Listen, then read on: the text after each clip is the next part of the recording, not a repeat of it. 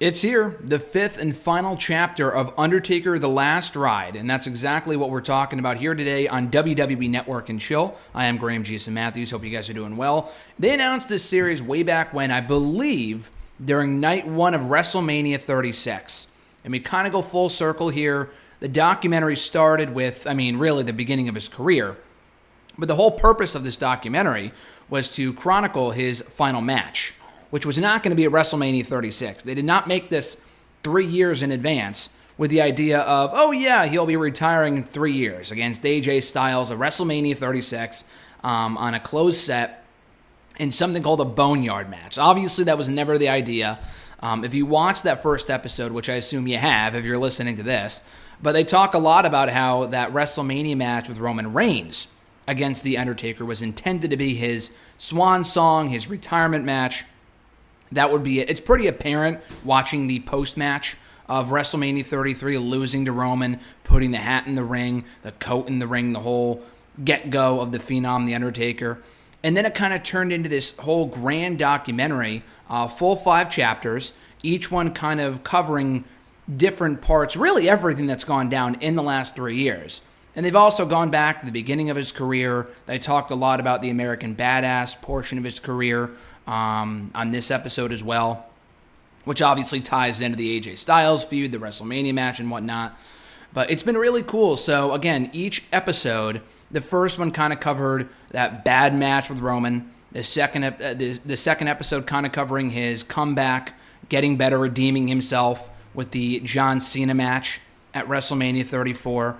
Chapter 3 was all about the remainder of 2018, that terrible Crown Jewel match, working more matches than usual, being at Super Showdown, the match with Triple H. Not a great run for the Phenom.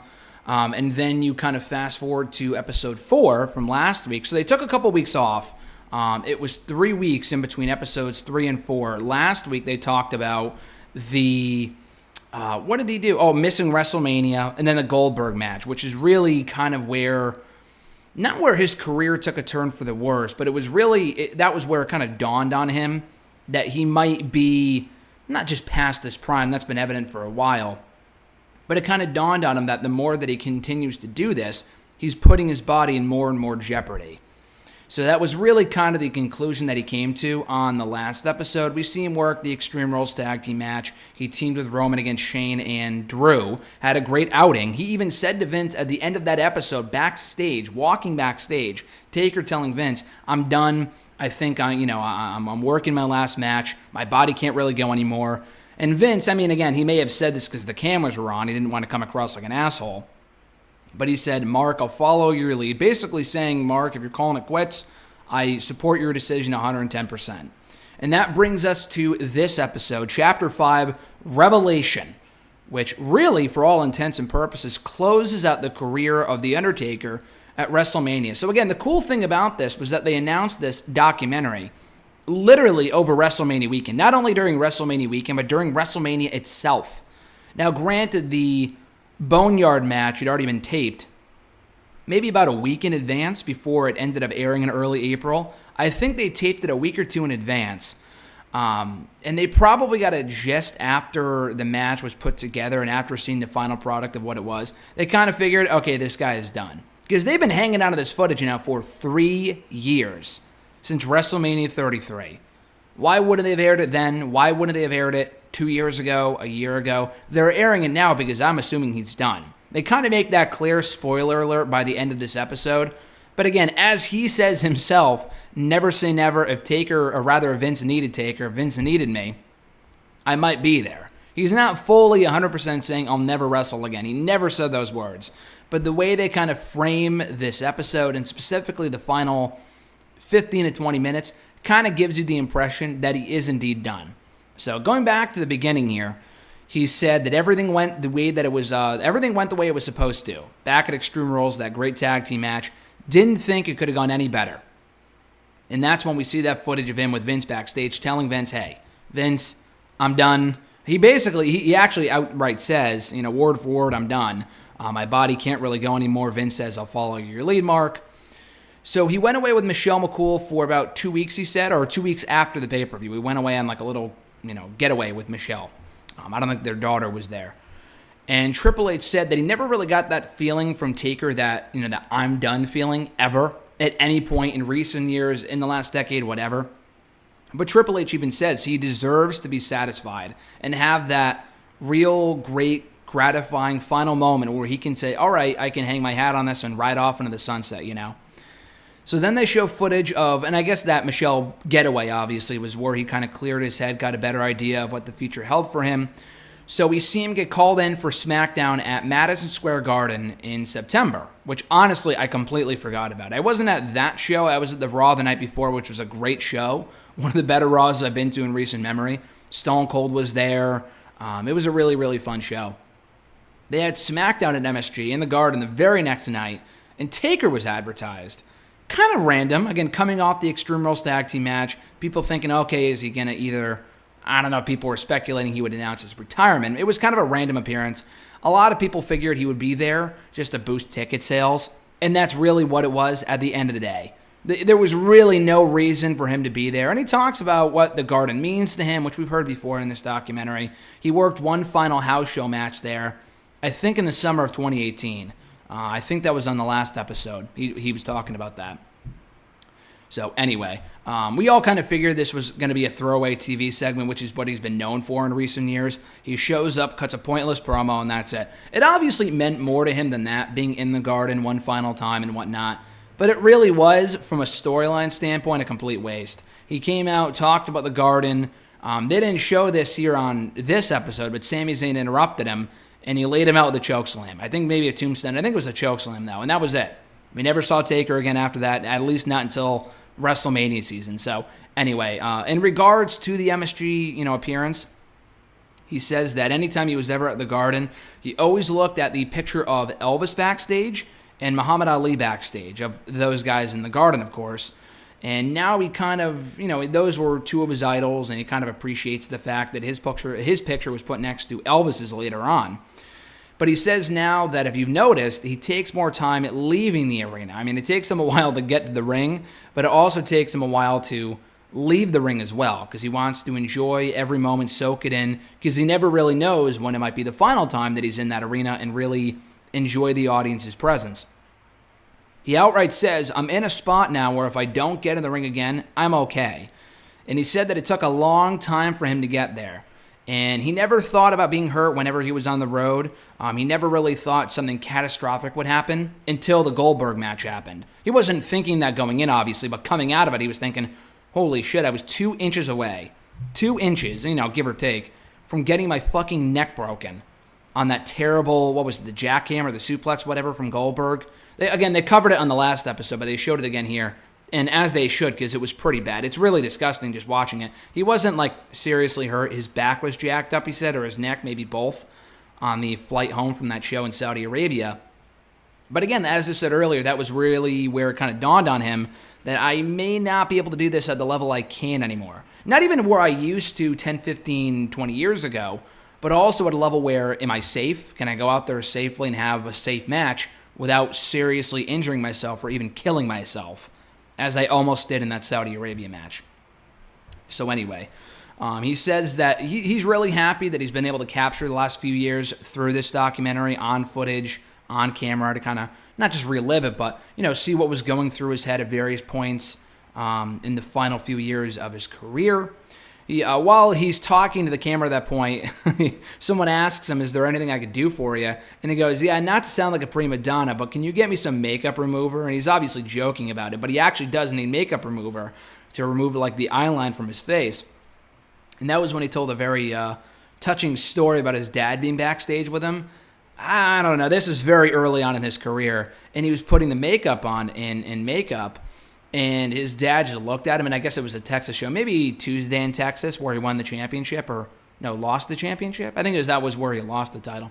Anyway, so his dad was backstage with him, watching him put on the makeup, and his dad just looked at him and shook his head. And he has very fond memories of that moment.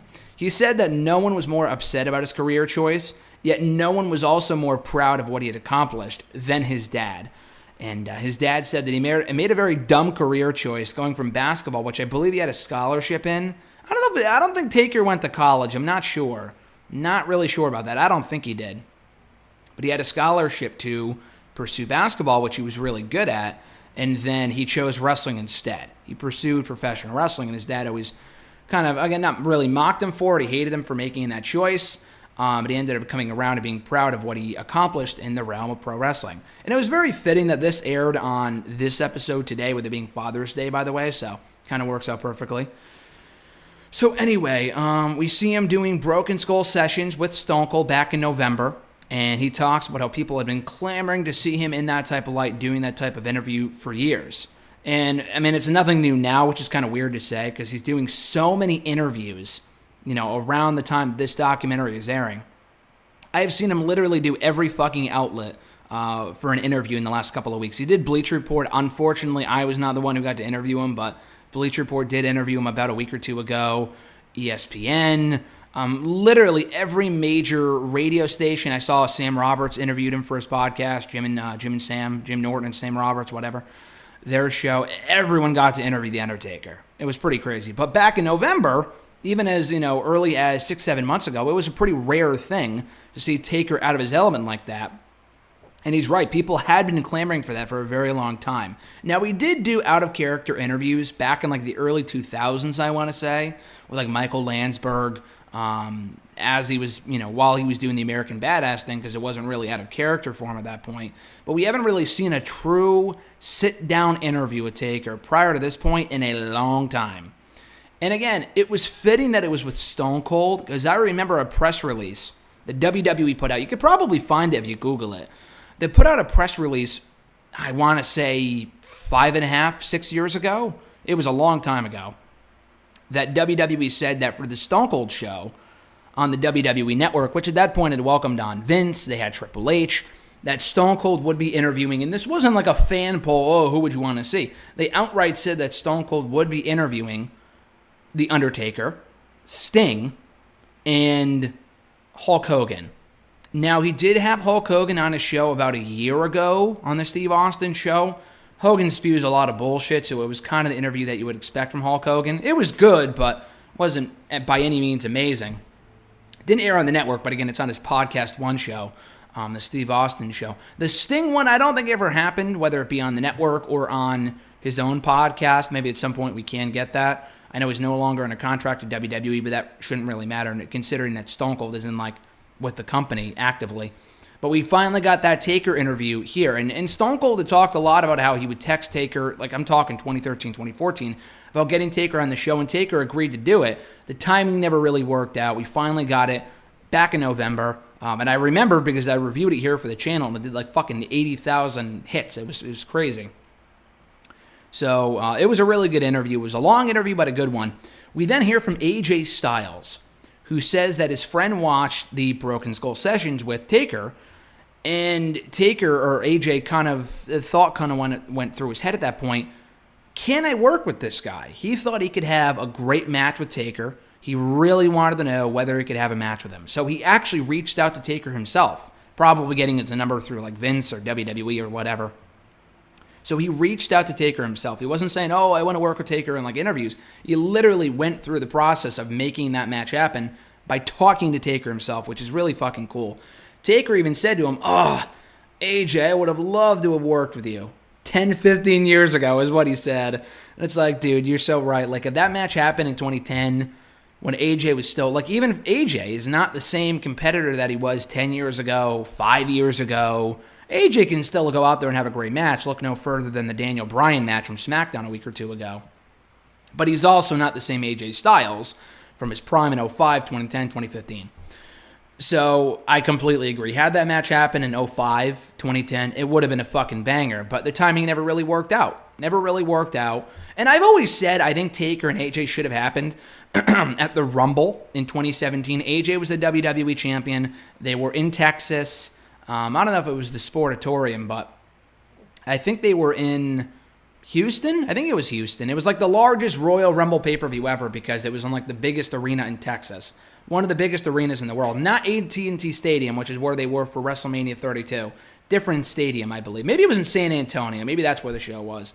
People were, talking about AJ and Shawn for WrestleMania that year. Obviously, that didn't happen, although AJ did ask about it, and Shawn said no. Taker had been gone for a little while. He was in the Rumble match, and Cena ended up getting that spot instead. My thought process always was, we get AJ and Taker, because AJ, I think, was either calling out Taker or talking shit about legends, and obviously it turned to AJ and Shane instead. But my booking process at the time, my fantasy booking, which I've said in various other places back in late 2016, early 2017, you have Taker beat AJ for the belt at the Rumble, one final title run, his first one in like close to a decade at that point, and then he loses it to John Cena at WrestleMania. Cena gets number 17, which he ended up getting actually at the Rumble by beating AJ, but you could wait a little longer, give it to him at WrestleMania. Cena beats Taker, has his final match, and you're right off into the sunset. It really wrote itself. WWE had other plans. I think the match was supposed to happen at that Mania, Cena and Taker, and they postponed it until WrestleMania 34. I mean, not knowing that at the time, but they just weren't ready to go in that direction because Cena was so busy with the mixed tag team match with Nikki Bella against The Miz and Maurice. Can't interrupt that, which, to be fair, had a great build, but the match itself really wasn't anything special. Anyway, getting back to the podcast. So Styles told him to think about it because Taker wasn't really sure if he was content coming out of retirement. Imagine if Taker had his final match ever at fucking Extreme Rules. And again, it was a very good match, but I don't know. That would be kind of anticlimactic to me personally. For a guy that could have retired here and there, yeah, it was a good match. Not good enough to hang your hat on and ride off into the sunset. I know, that's better than nothing. It's better than like the Goldberg match in Saudi Arabia. But still, not at Extreme Rules. Give me a break.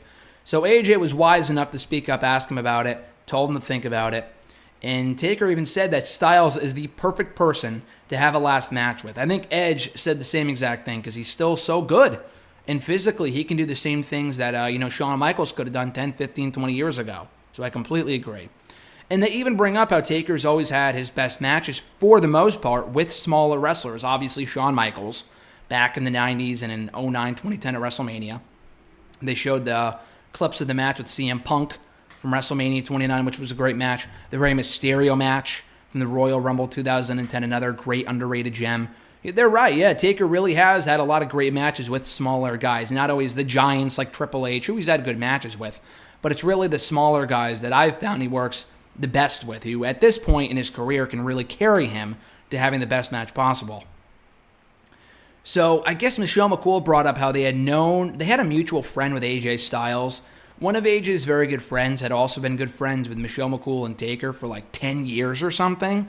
And they went camping with him like right before this. And he was kind of the one who built the bridge to make that match happen, which is kind of cool. And Michelle McCool said the exact same thing. There is no one better for you to face in your next/last match than AJ Styles. And Taker's like, I didn't think you would steer me in that direction. Let me think about it. So before he made an official decision, we see Taker at the PC back in January talking to the NXT guys. And not just any NXT guys, not like Gargano and Adam Cole. He's specifically there at the PC to talk to the bigger NXT wrestlers, which is really fucking cool. So we see a lot of guys. We see Indashir, we see Bronson Reed, Dominic Dijakovic, Keith Lee, Damian Priest, Killian Dane, Babatunde was there. The dude who played the Black Ninja recently at Backlash. I mean, I hate to even say that because that segment sucked. But that guy was there. I recognized him. There were a lot of dudes there. NXT has a lot of big guys. A lot of big guys on their roster. And Taker was kind of talking to all of them, watching back their matches, which is really fucking cool. Like, the guy didn't have to do that. But I thought that was awesome. So we also hear from Randy Orton, who brought up how he kind of picked Taker's brain on the road when he first started out in 2002. I completely forgot, / maybe didn't even know, that Orton and Taker had a match on TV when Orton first started. Kind of the same way, like I know Orton and Brock had a match on TV back in fucking 2002, well before they had their SummerSlam match in 2016. But I didn't know that Taker and Orton had a match on TV as well, probably in mid-02? I don't know when that would have been. I mean, Taker was still American Badass. This is before Evolution Orton. This was still when he was like the blue chipper Randy Orton on SmackDown. So I'm not sure when they put the date up. I just forgot. But it looked like a pretty good match. And Orton remembers how Taker let him get so much offense in. Taker took a lot of bumps. And they got to the back and Vince asked Taker, "What are you doing?" And Taker's like, "Well, we got to get the new talent over." How else are they going to get over if I'm not feeding him, some offense, And Orton never forgot that. He always has tried to help next generation, help get people over, which is cool. We hear from Bray Wyatt, who says he teaches everyone everything. And Wyatt knows because he worked very extensively with Undertaker back in 2015, not only at WrestleMania 31, but also at Survivor Series that year when the Wyatt family faced the Brothers of Destruction. Kind of a forgotten match, and it's more about the 25-year career anniversary of Taker more than it is, the match itself, but it was still a cool moment. We hear from Jeff Hardy, who says that he appreciates everything that Taker's done for him and having him as a mentor. Because remember, Taker really put over Jeff Hardy strong in that awesome ladder match, awesome ladder match on Raw back in July of 2002. Now, granted, Hardy didn't win, but he looked like a star in defeat. That was the whole I'll make you famous kid, match and whatever. Great stuff there. So the day after he talked to the NXT guys, he trained to the PC. We see him there with Nia Jax, and Baba Tunde is there too, which is cool. And he used that day to kind of assess where he was at physically. And he knew he could do it physically one more match, and he had a long stride. He said that it felt natural to him, but he didn't know if he could do it mentally, which is what he had to figure out. And he didn't know, he asks himself, am I going to be disappointed in my performance? And he recalls the Ric Flair match from WrestleMania 18, which he didn't really understand at the time when Flair was like, I'm really down on myself. I'm not the man I used to be, blah, blah, blah. I need to have a good match. And then him and Taker really had a very fun match that night. He never really understood that at the time, but now being in Flair's shoes, almost at Flair's age, probably actually a lot older. Because Flair's what now, 70? He turned 70 last year. At WrestleMania 18, Flair would have been... What would that have been? 53?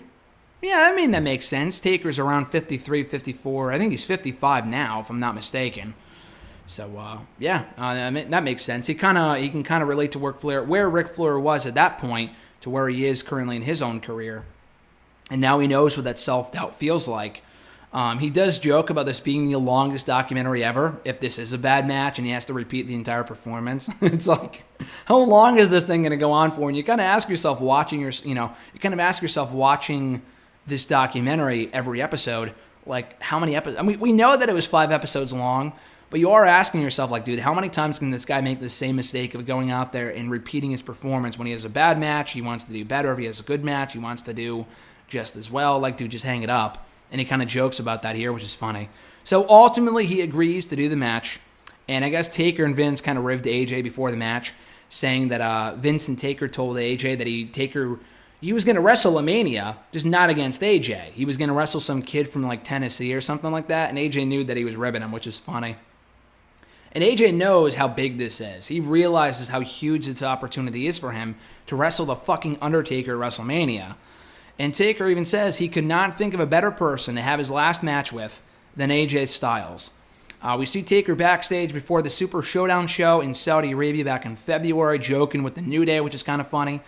He goes out there, beats AJ in the Tuwaiq Trophy. I forgot how you pronounce it, but that gauntlet where he beat AJ with a single chokeslam without ever taking off his gear, which was kind of dumb, but I got what they were going for.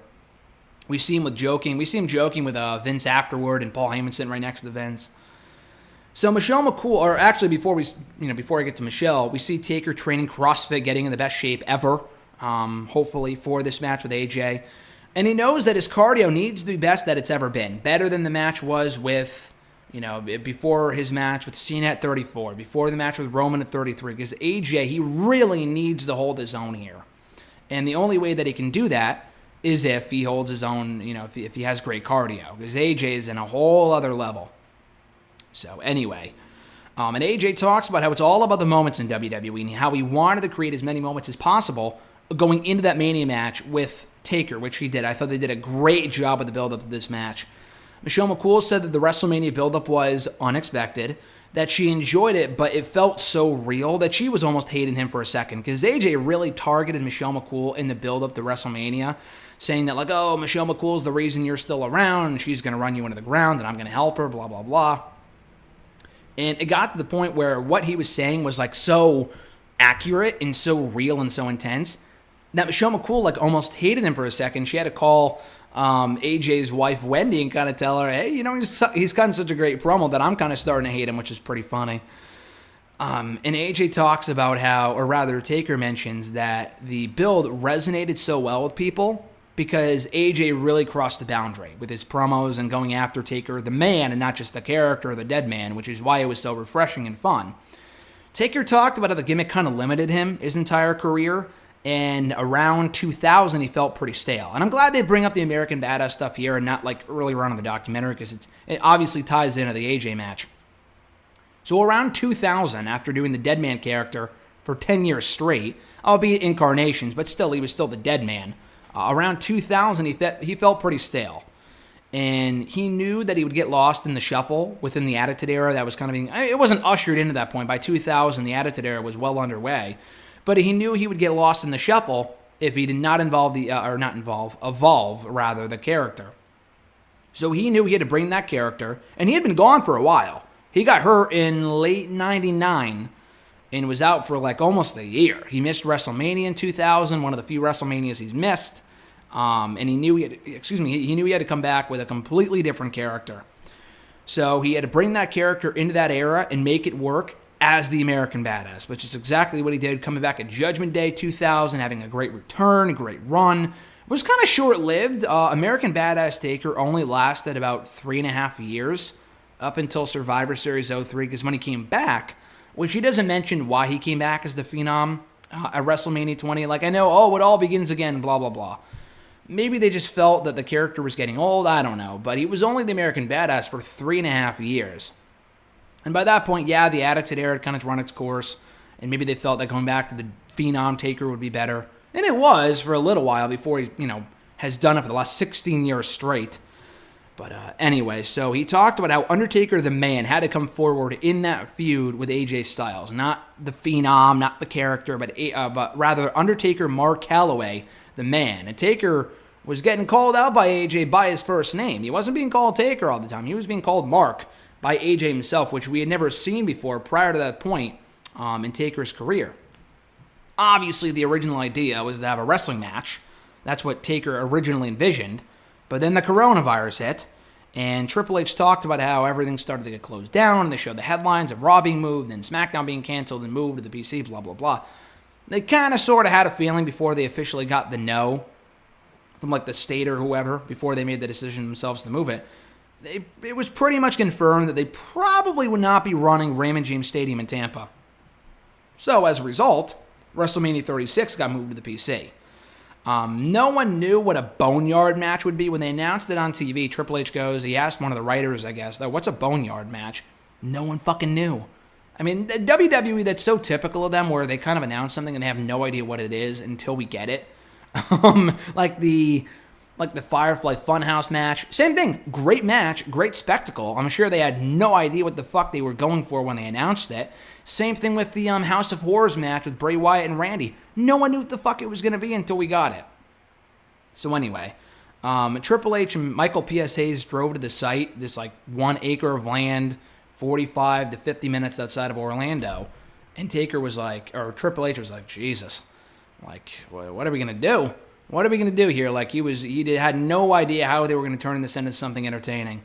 But they played the cards that they were dealt, and Taker said that the transformation from one night to the next of the set was phenomenal. And they were very fortunate to go off-site and kind of make the most of their environment over there. So this is when things kind of get really sad here in the documentary. Not wrestling related, but Taker mentioned that he was on his way back from the site, back to the PC or whatever. He was in the car with Triple H and Michael P.S. Hayes.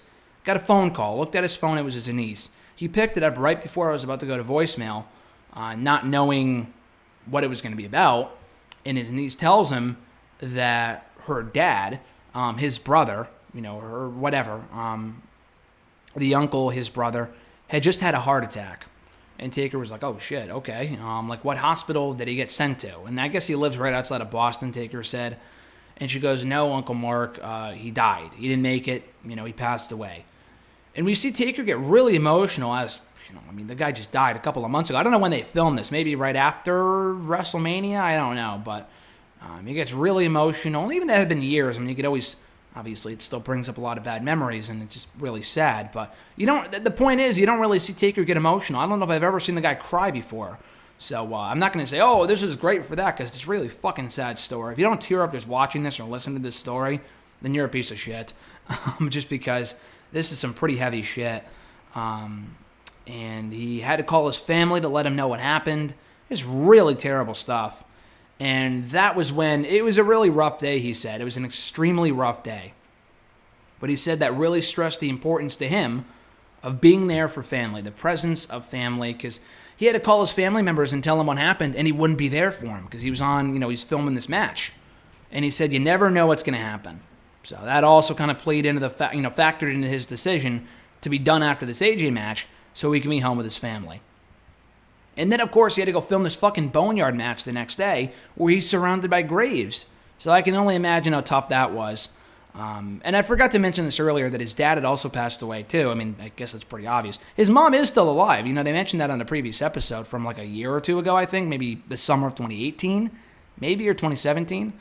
I think the mom is still alive. The dad passed away. I don't know from what or when, but it sucks that his brother had passed away as well. And I guess he was relatively young. Taker's only 55, so his brother was probably in that same age range, I would have to assume. So he's surrounded by these graves, and it's a really, tough thing to go out there and film that type of match, considering the circumstances. But he said the show must go on, and he asked himself how he's going to make this thing great, which they did. They beat the crap out of each other for 25 minutes. Taker was really happy with the bike. He was really happy with the helmet. He had a lot of thoughts riding off on that motorcycle when it was over, thinking, could this be it? We also see him, and again, the cinematic matches are different because you can pause and you kind of have to pause. It's not one continuous match. It's like filming a movie. And in some ways that's cool, in other ways it's not. He punched the window of the hearse, and he really fucked up his arm. So if you were wondering whether that was real or not, it was 100% real. And they had to stop the shoot, of course, for him to get treated. They had to dig the glass out of his arm. Really gross shit. But not only that, but he had to stand in one place while they were breaking up the shots and get different camera angles and stuff like that. And standing in one place is what really reminded him how much pain his body's in. Because that's when his legs start to hurt and the adrenaline wears off. Because if you're in a wrestling match feeding off of an audience, you have adrenaline. It's a bit different, very different setting in this type of matchup. And he mentions that. But they made it work, and he said that watching the final product, because he knew, filming this thing, that it was going to be cool. He didn't know how cool it would be until he watched the final product, and he was like, wow, that was really cool. So Triple H says that it successfully brought back Taker's aura, his mystique, and Taker calls it storytelling at its best. And then he questions afterward how he would be able to top it. Michelle, we then see him and Michelle by their house fishing or something like that. Michelle says that she really enjoys seeing him peaceful without a worry in the world. And I guess she mentions here as well that her nephew passed away in a car accident right after graduating high school on the Sunday night of WrestleMania. So first Taker's brother dies, while they were shooting the match. A week or two later when WrestleMania airs, night 2, her nephew dies.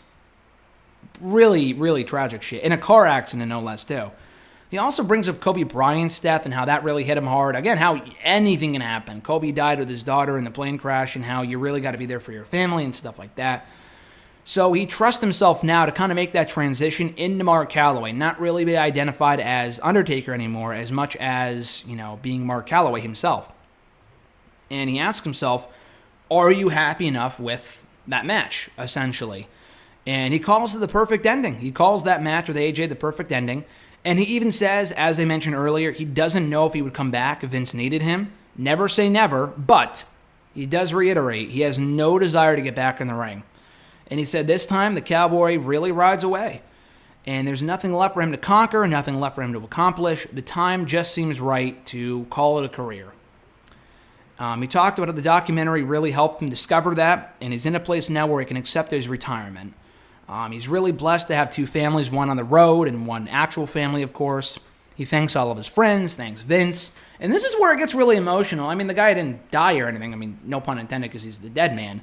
But, the 30-year career of Undertaker ending, and they play this, country song. I forgot who it was by.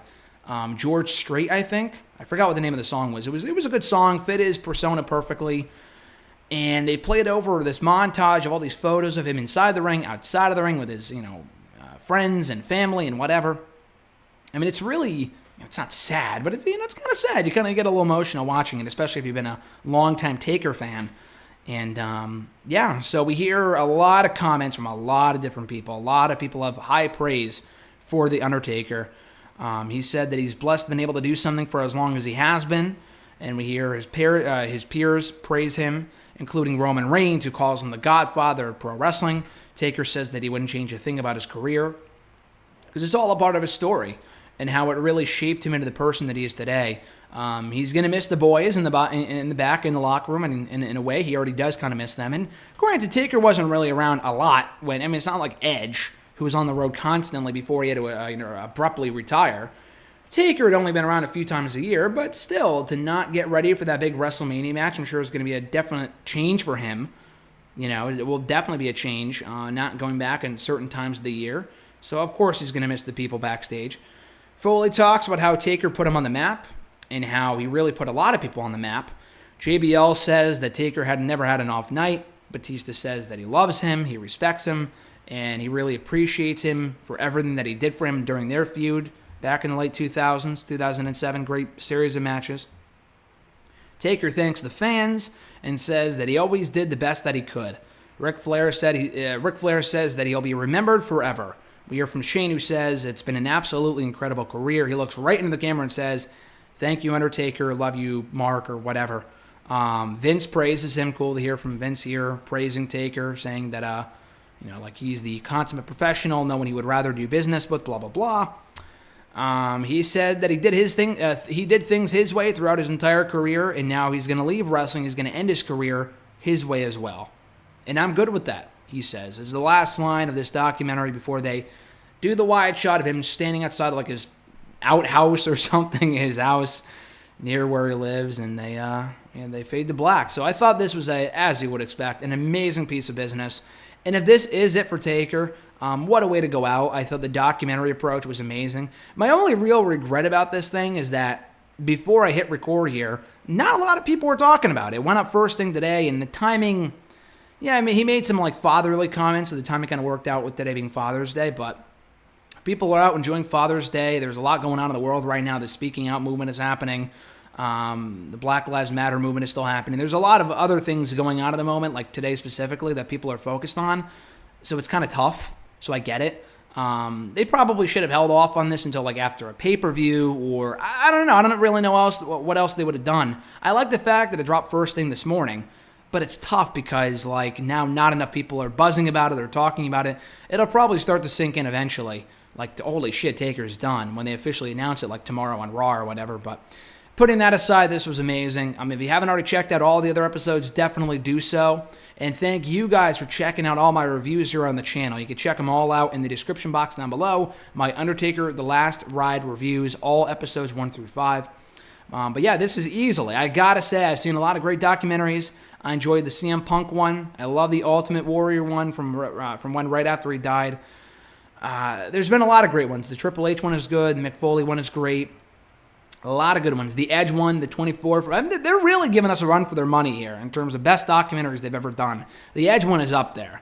If that's not the best one they've ever done, then this is. Albeit it's in 5 parts, so it really has everything beat. But it comes out to about an hour and 9 minutes, so it's really a 5-hour process if you watch every episode start to finish. Approximately 5 hours, but well worth it. This was again, as I said earlier, a phenomenal, no pun intended, or really pun intended, piece of business. So check it out right now on the WWE Network, Chapter 5 of Undertaker The Last Ride, Revelation, my bad. I don't know why I botched that. But anyway, guys, thank you as always for checking out my reviews. I appreciate it. Be sure to like the video, drop a comment, share the video, and subscribe to the channel for more daily content. I'm not sure what's going up tomorrow, so keep an eye out. I'm not sure. I don't think there's anything new on the network going up.